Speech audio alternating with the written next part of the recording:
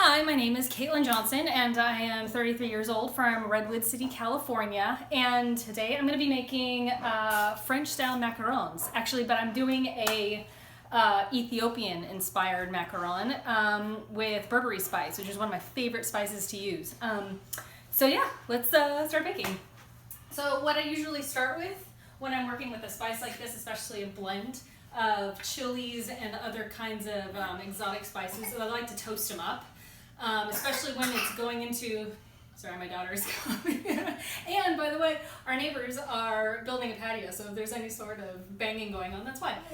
Anyway, so I like to toast my spices before I really do anything with them, whether I'm cooking them into a hot dish or if I'm doing it into a baked dish like I am today.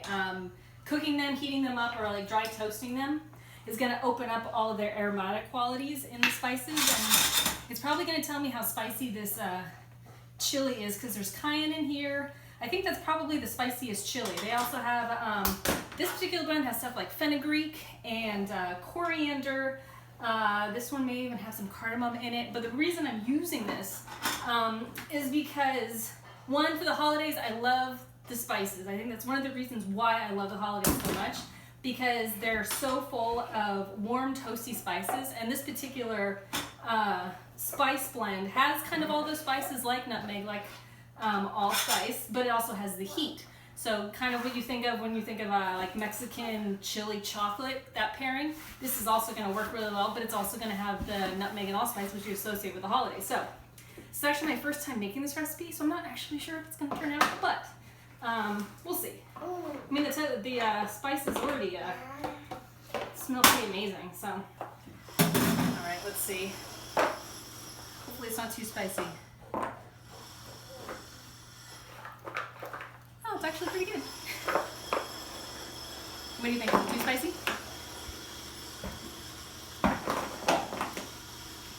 Ooh, that's good. It builds up, so I think I may need to go lighter. Now it's starting to taste Yeah, like it does. that. It does build up. All right, well, It has a kick. it does have a kick. So hopefully what I'm hoping is that even if it has a kick, the ganache that's going to go in the middle of these chocolate macarons are going to kind of balance out the spice. So the next step is we have to make the almond flour or almond base.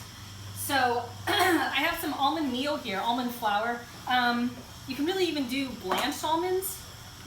This was an almond meal, and it was on the coarse side, so I kind of blended it a little bit in my food processor just to make it a little bit more fine. That's one of the many things that I've learned about making macarons. The make or break is the finer the consistency of the almond, the better. So I have about 100 grams of the almond flour. And then right here I have 170 grams of powdered sugar. So I'm going to put about half of that in my food processor with my almond meal. And then the chocolatey part of our chocolate, or at least one part of the chocolate macarons, we have, let's see, some Dutch processed. Actually, no, I think it's a blend of Dutch and natural, but it's a dark blend. It's one of my favorites. And since there's no really leavening agent, really is the air in the meringue. You can kind of go both ways with either Dutch or natural, since there's no baking powder, baking soda to kind of screw with the different kinds of cocoa powder. It's 15 grams. My daughter has just recently started to crawl, is what we call it. It's more like an army drag where she uses her upper body to drag herself around the entire apartment. I don't know if she's now like crawling underneath and pulling things out.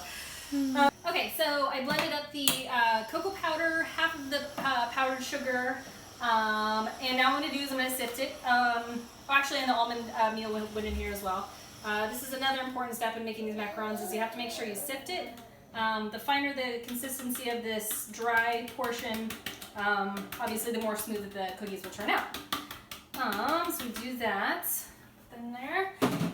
And then cannot forget about those lovely spices that we toasted, which I can still taste on my tongue right now. It's definitely spicy, but like I said, I think I would much rather have more spice than not enough, because if you're saying you're cooking with Ethiopian spices and you can't taste them, it's kind of a bummer. So I'm gonna kind of just go with my plan, my gut, and use the 2 teaspoons of the Burberry spice. I hope I'm pronouncing that right. It's gonna be really embarrassing if that's not how you pronounce it, but I'll go with that until I am corrected. So now we have all of the dry ingredients sifted. We have the cocoa powder, we have the powdered sugar, and we have that Burberry spice, and of course we have the almond flour. Sifted it so it's super fine right now, and I'm just gonna set it aside until we get the meringue going. So for the meringue, I have 3 egg whites that I've aged. Now I've heard that in order to make a decent, if not great macaron, is you have to age the egg whites. I've unfortunately only aged about 24 hours, so we'll see. I've heard that they can be aged up to like 5 days in the fridge. Basically, it's just egg whites covered with a paper towel and just aged in the refrigerator. So, what? Do you want to come help? Come in. Let's go. Come here. Let's make some meringue. Okay. So, like I said, I have the 3 egg whites, which comes out to I believe about 100 grams. Room temperature. Gonna put it in a bowl, and then I'm just gonna add, let's see, a quarter teaspoon of cream of tartar. It's optional, just because I'm not the pro at making. No, that's not for you. I'm not the pro at making macarons yet. I'm just gonna use that just to help stabilize my egg yolks, my meringue a little bit more. All right, and then all we do is we whip these up. We're starting to make the meringue, and basically what I'm doing right now is I'm not really getting it to steep peaks. I just kind of want to get them firm. So I have them kind of going right now, and then I'm going to add 35 grams of superfine sugar. Superfine sugar is like super expensive in the grocery store, and so what I usually do is I'll just take like regular sugar and pulse it in my food processor or my blender, and it is superfine sugar for like a fraction of the price. So it's awesome. So basically what you're doing is when you get the meringue kind of like starting to hold shape, then you start kind of gently adding in the sugar. I love this hand blender. I have this like really nice professional KitchenAid blender or mixer. I think it's probably about 10 years old now. I was working in a catering kitchen, and my boss also worked at Sur La Table, and he got me this discount on this amazing KitchenAid professional size 5-quart some blah blah blender. And it's beautiful, and I've trekked it all over California wherever I've moved, and but it's huge, and so anytime I'm baking for my family, I'm like standing there like trying to pick up the bowl to try and hit the blender because like all of the ingredients are sitting at the bottom. So I love this thing. I may not look the most professional because I don't have this like big, you know, fancy Hobart mixer, but it's so much better for home cooks. All right, let's see. Firm, you think? Looks good. See, this is what excites me and drives me crazy about pastries, is that if this consistency isn't right, it could totally alter the cookie. But I love it because that means that I get to try it again next time if it doesn't work. I'm gonna go with it. Hopefully it works, I guess. And go a little longer just in case. Well, okay, so this is the thing. So apparently if you over whip it, then it like affects the consistency of the cookie. Like the perfect macaron is supposed to have the feet, and it's supposed to be light and fluffy, and there's not supposed to be any air pockets, and there's something about if you over whip it, it's gonna create like that little, like, I don't know, air pocket. I don't know. At the end of the day, they're gonna taste good, and I'm not a professional, I'm not trying to sell them at a bakery or whatever, but I'm trying my best to make it work, so we'll see. 5 seconds for good measure.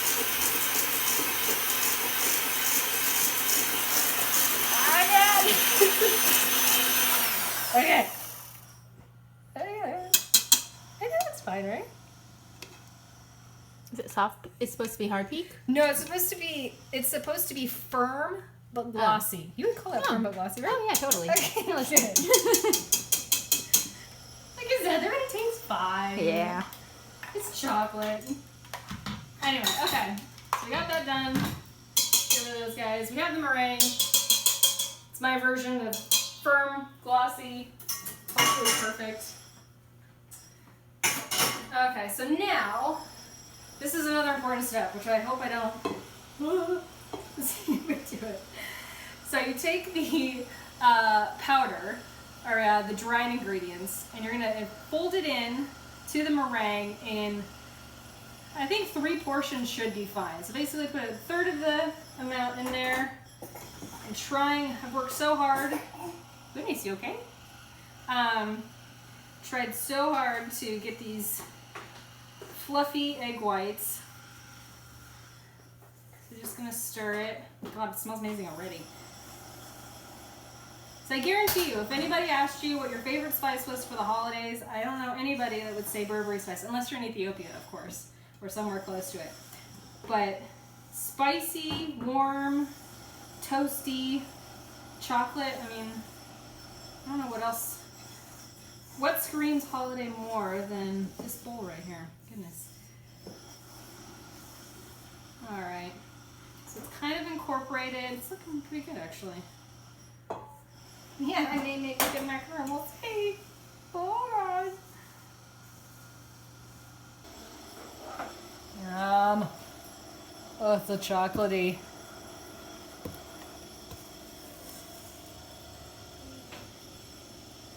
All right. So now we have that mixture. I have a little bag with a pastry tip. I'm gonna let's put a portion of this because I don't know how easy this is gonna be to pipe all this. Let's see.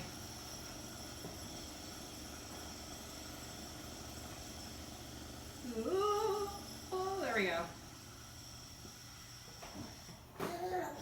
See, when I'm baking, I am so much messier in the kitchen than I am at work on the savory side. I feel like I'm cleaning every second when I'm on the hotline, but when I'm doing my pastries, I feel like it just gets everywhere. But that's part of the fun, right? Okay. Goodness.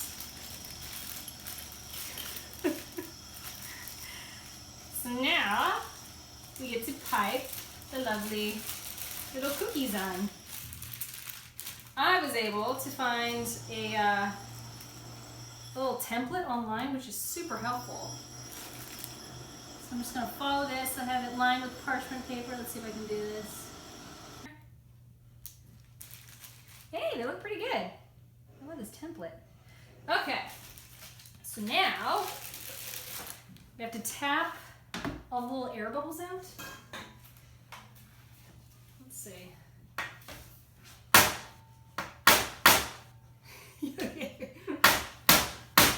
My daughter looks a little freaked out right now.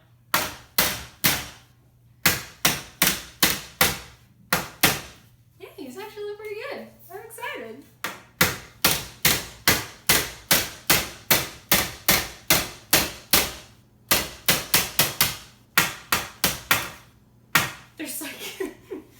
There's all like pretty similarly sized.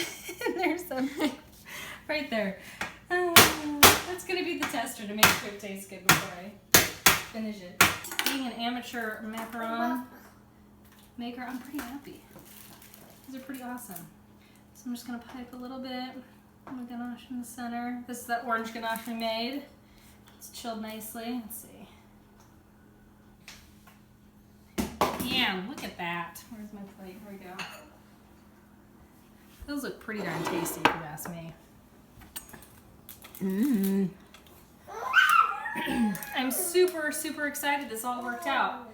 My wife's brother and his wife are coming into town tonight, and then I get to see my family this weekend. And now I get to like have treats for them. These amazing chocolate treats. My mom is like a huge chocoholic too. So I'm sure she's gonna absolutely love these. I know, and you'll get some too, babe. I promise. Alright, cool. So they actually ended up working out. These are super delicious. It smells amazing in here. It smells like cinnamon. It smells like chilies and chocolate. And it smells like a really interesting, awesome holiday. So I'm going to give it a try and make sure it all tastes good. These look like they're professional. It's awesome.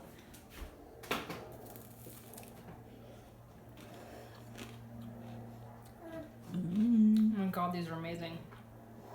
And the orange, surprisingly, comes through. You know, in all honesty, as spicy as that spice was, the Burberry, I think it could use a little bit more. I think so too. Yeah. They're so good though. So good. Anyway, so again, my name is Kaitlyn Johnson. I'm 33 years old and I'm from Redwood City, California. I made some Ethiopian influenced chocolate and orange macarons with Burberry spice. They're freaking delicious. Yeah, thank you so much.